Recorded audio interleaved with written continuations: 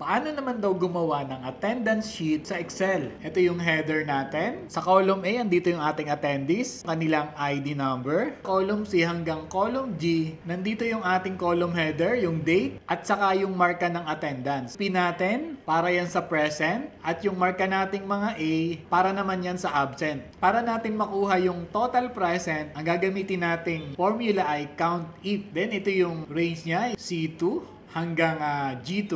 At kapag present yung P, bibilangin niya yon.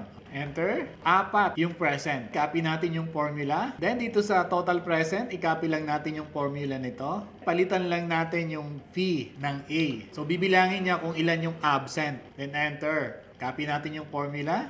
Center natin. So ito na yung ating total present at saka yung total absent. And that's it. Follow my Facebook page and subscribe to my YouTube channel for more tutorials, travel, and food adventures.